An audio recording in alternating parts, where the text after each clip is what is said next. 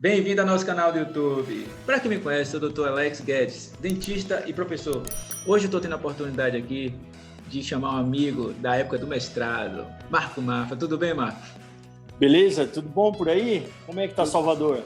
Tudo ótimo, é o calor aqui. Ah, Ele fala diretamente de Americana, São Paulo. Cidade boa, né, Marco?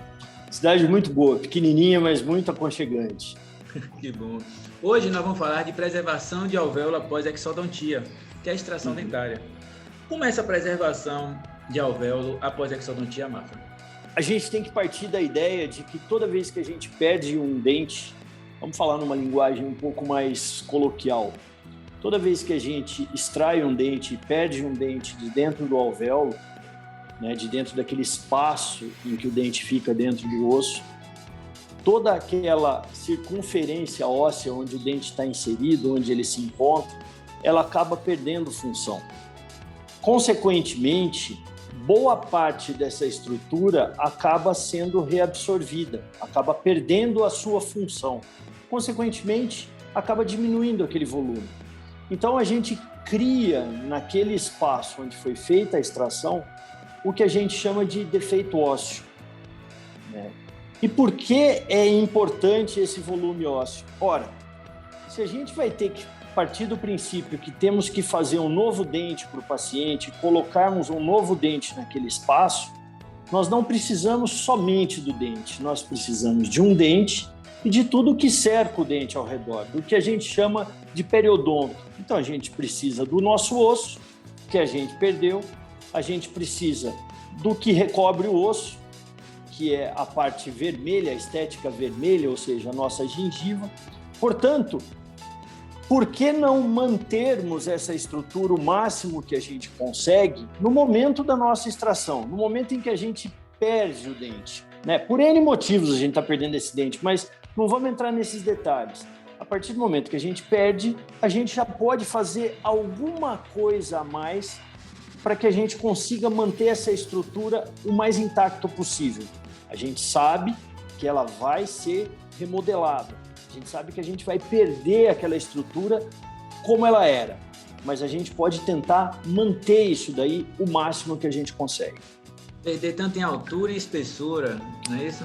Principalmente em altura e espessura, né? A gente vai perder essa estrutura, mas sempre para o lado externo, para o lado da bochecha, vamos falar assim em português bem coloquial, né? Mas vai perder também na parte interna, ou voltada para o palato, para o céu da boca, ou voltada para a língua na mandíbula. Vou tentar botar uma linguagem mais simples aqui, porque esse vídeo é feito para paciente. É quando você tem um osso que a função dele é segurar o dente, chama-se osso alveolar. Exato. E o dente, entre ele e o osso tem os ligamentos periodontais, são fibras que acabam passando várias veias naquela região e artérias pequenininhas que acabam irrigando o osso. Então, a partir do momento que você perde o dente, o osso fala assim, poxa, não estou fazendo mais nada, não tenho mais função nenhuma, não estou servindo para nada. Então, ele reabsorve, ele perde tanto em altura e espessura. E para a gente colocar um implante, a gente tem que ter altura e espessura. Então, o que a gente faz? A gente preenche, fica aquele buraquinho assim, onde estava o dente, a gente bota biomaterial. O que é um biomaterial, Marco? São materiais que podem ser de origem biológica, animal, que é o que a gente mais usa hoje em dia, ou podem ser sintéticos, né, que também existe um grande uso na odontologia. A nossa predileção é por origem bovina, né? A gente trabalha com biomaterial de origem xenógeno, como a gente chama, de origem de outra espécie, então um material bovino, uma matriz mineral óssea bovina, às vezes com colágeno junto, às vezes não. Hoje a nossa predileção tem sido esse material de origem bovina, 90% de osso bovino, com 10% de colágeno, né? Existem N motivos, a gente não precisa ficar discutindo isso aqui agora, e existem várias correntes, mas a gente preenche esse alvéolo, né? Isso é uma técnica um tanto quanto já bastante discutida, né? Então a gente preenche isso daí, depois a gente preenche a parte superior disso daí com o enxerto gengival. Essa tem sido a nossa conduta né? Desde os tempos de Landsberg, por exemplo. O paciente entendente tampa o buraco.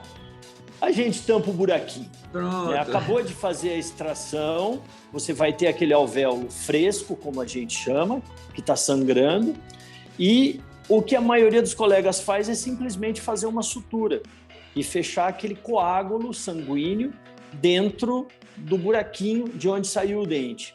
Acontece que esse coágulo ele se transforma e se remodela, então o volume vai ser menor. O que a gente faz com o biomaterial é ganhar um pouco mais de volume. Ele impede que tenha uma reabsorção mais severa, tanto em altura como em espessura, e preservando o alvéolo. Como em espessura. Exatamente, essa é a ideia. Agora é bom deixar bem claro, Marfa, para o paciente aqui, que às vezes tem um dentista que tem outra conduta, que como a gente falar de uma linguagem bem popular, quando a gente arranca o dente, faz a exodontia, existem 3 formas de já agir nesse momento, que é deixar formar o coágulo, depois vai formar fibrina, depois vai formar o osso, gengiva naquela região.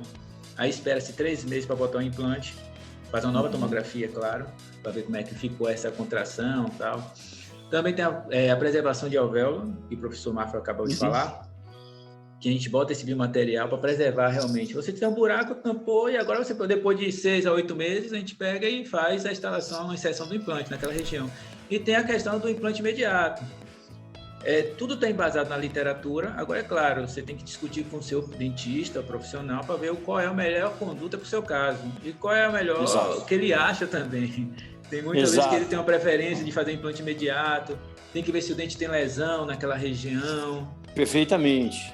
Eu acho que o mais importante, né, como periodontista, assim, é pensar no motivo pelo qual o paciente está perdendo aquele dente.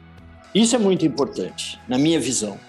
A partir daí você tem uma análise bastante holística do que está acontecendo para saber o grau de severidade da perda óssea, né, o motivo daquela infecção ou não, daquela presença de infecção ou não, o que a gente tem de estrutura mantida após a exodontia, isso é muito importante, né, porque muitas vezes é mais interessante a gente fazer uma implantação tardia, uma implantação alguns meses depois, regenerando aquela região, mas fazendo a implantação na posição tridimensional adequada, porque também não se aceita uma implantação que não seja numa posição tridimensional adequada.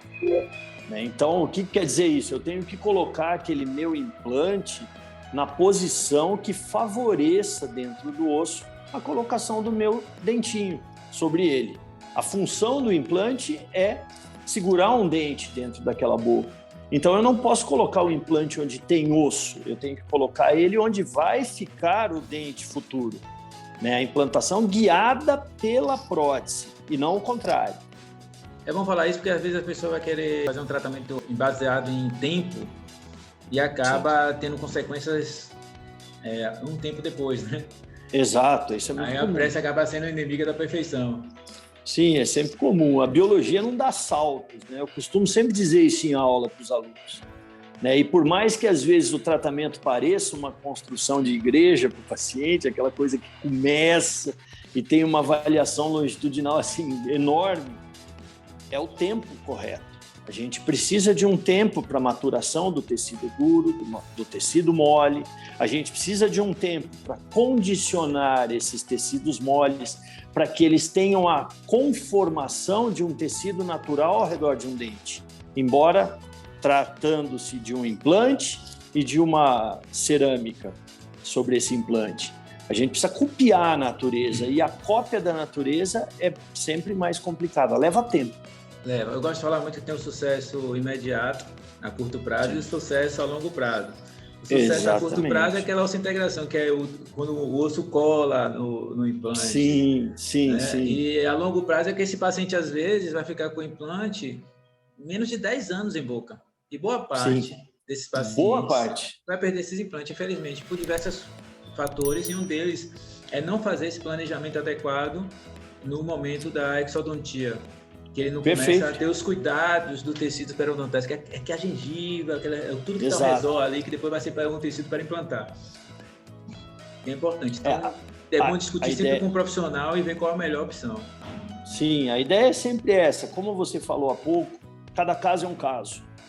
E mais importante do que simplesmente fazer o caso e resolver o problema imediato, né, é a gente ter esse caso resolvido ao longo de anos, com saúde. Isso é o mais importante. E aí, eu sempre costumo dizer em aula também, demanda o ensino para o aluno da manutenção daquele caso. Eu estava aqui com isso aqui na garganta, querendo falar isso. Transmissão de pensamento.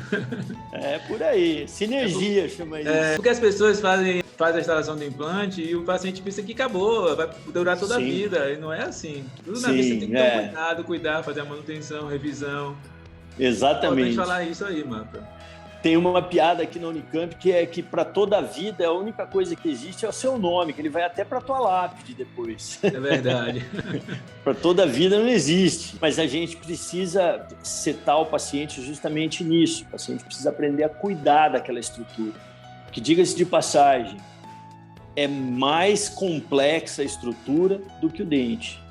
O cuidado deve ser despendido, muito mais cuidado ao redor de um implante, no tecido periimplantar que você falou, do que ao redor de um dente. A gente sabe disso. Né? A disposição das fibras, uma série de detalhes que técnicos que a gente não precisa ficar falando, mas os cuidados, eles devem, durante o tratamento, eles devem ser treinados e explicados e treinados exaustivamente com o paciente. Porque é ele, no final das contas, que vai cuidar daquele tecido periimplantar. Muito obrigado por essa explicação. Obrigado por estar aqui comigo falando e revendo. Imagina, é um prazer, garoto. Um prazer. Pessoal, vou deixar aqui na descrição o contato do professor Mafra, tá? O consultório dele, e qualquer dúvida ele vai ter o maior prazer de sentar com você. Com certeza. E explicar de uma forma adequada. Estamos aqui para isso. Forte abraço a todos. Alex, um abração para essa Bahia maravilhosa aí. Fica com Deus, querido. Tá certo, Mafra. Um beijão, até mais. Tchau, um abraço, até mais. Tchau.